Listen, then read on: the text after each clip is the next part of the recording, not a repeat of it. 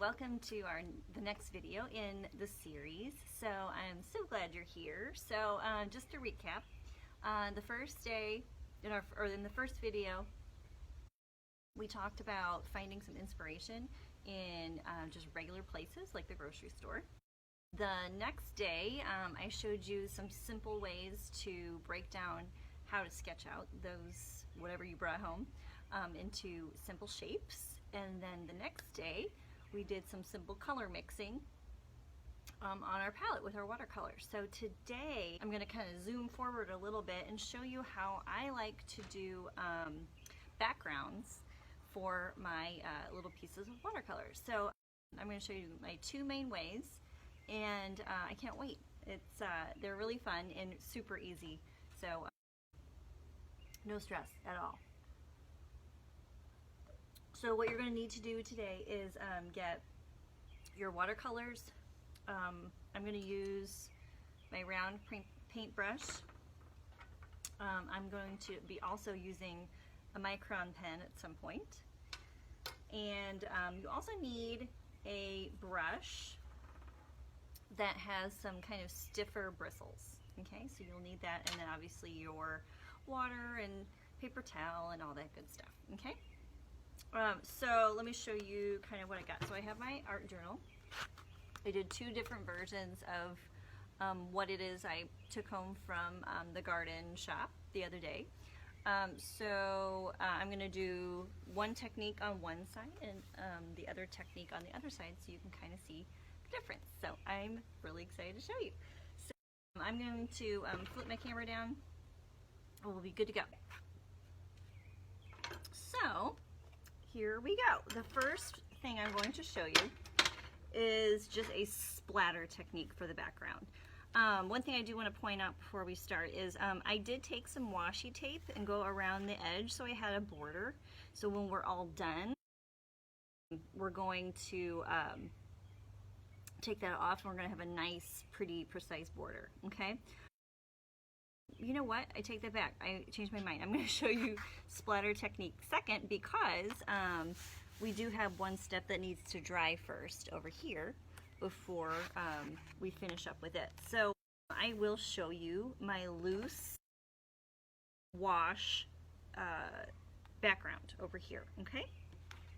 So the first thing we need to think about is what color to do the background in. And I've decided to do kind of a lighter pink.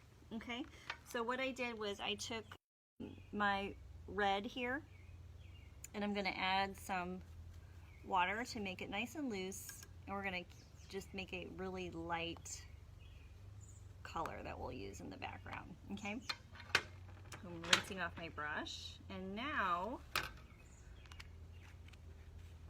in order to make this background, the first thing you need to do is wet the outside area of your whatever you painted, whether it's a flower or whatever. So I'm going to take my water, and I want to put it just around where my flower is. You do not need to worry about getting super close. It does not have to be perfect. You don't want a ton of water, but you want enough for it to make the paper kind of shiny and glisten. And try and get it everywhere you can.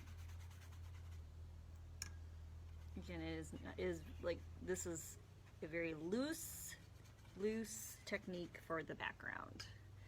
All right, so why don't I just do this side first? So I'm going to take my pink that I made.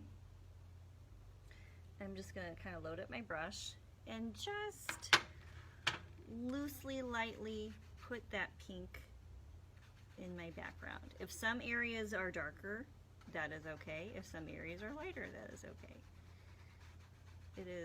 It does not have to actually touch the object that you painted.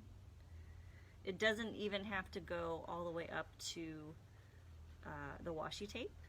It can, but it doesn't have to. Okay. All right, so there's that side. Now I'm going to finish up putting water on my picture here. I really like doing this background. And I actually have one more, once this dries, I'm going to come back and do one more step. But you actually don't have to do that if you don't want to. If you like just the way this looks, then you wouldn't have to go back and do the rest. You could just leave it and let it dry and then take the washi tape off.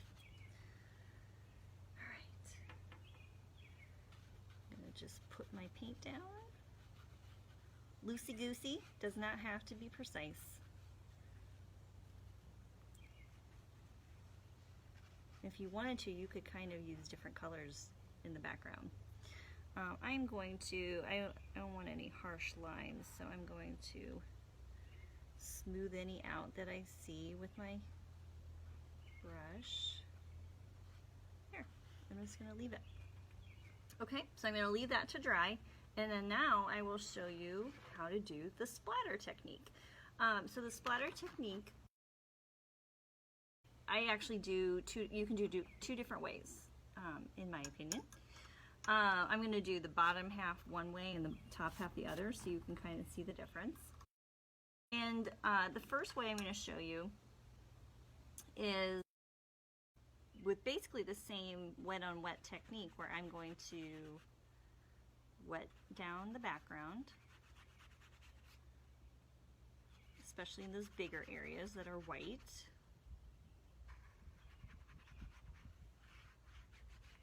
Okay, so that's nice and wet. And now let's do, I'm just going to do blue for my background. So I'm going to make a puddle here in my palette, and I want to add enough water to where it's very loose and will splatter easily.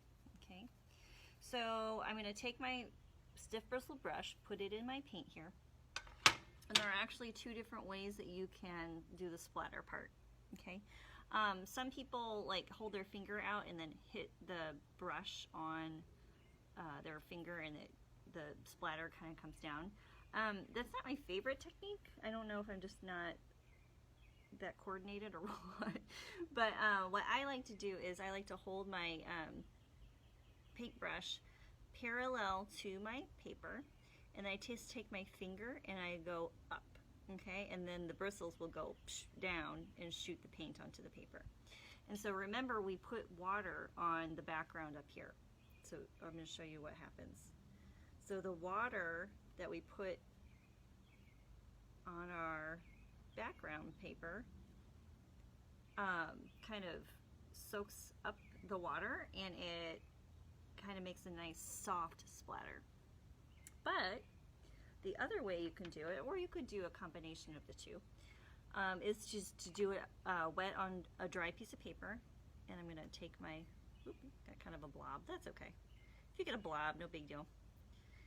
And splatter that way, and then you get much smaller little specks. Okay, so let me show you.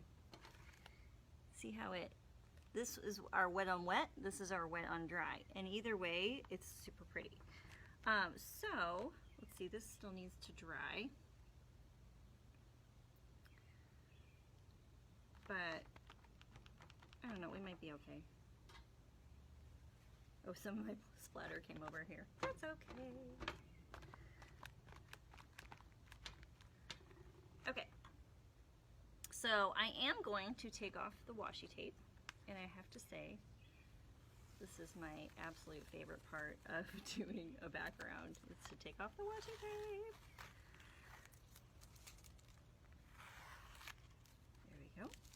Is that lovely or what? All right, so now, to finish up our little pink background over here, remember that was our loose wash that we did. What I like to do is take my micron pen, and it does need to be pretty dry, okay? And what I like to do is I like to make loose corners and lines for the border, okay? So I'll just kind of make a squiggle. Oh, here, let me do it here so you can see. a little better. I'll make a squiggle and just kind of do that. It doesn't have to be totally precise. In fact, it doesn't even have to, let's see. Or what you can do is do a like a pattern. So you could do like loose swirls. You could do like dots and dashes. You could do hearts in the corner. You could do a combination of the two. I like doing that sometimes, especially depending on what it is I'm painting. Okay, or you can, you know, do a combination of however else. Okay, so there you go. That is our loose wash background. Here's our splatter background. And either way, I really love doing little simple backgrounds because it feels like it's more finished, you know? And it's just a way to play around. Yay! I think they turned out super cute. I love it. So there you go. My hope is that doing these last few days of tutorials that you're getting a little more confidence to start your own watercolor piece from beginning to end. So kudos to you. I'd love to see what you guys come up with, so feel free to share, no matter what stage you're in. Just share what you are doing, and especially if you have any questions, please shoot them my way. And I will see you later. I'll see you tomorrow. Tomorrow I have something cool I am very excited to share with you. So I will see you then, and I hope you have a snappy new day. Bye!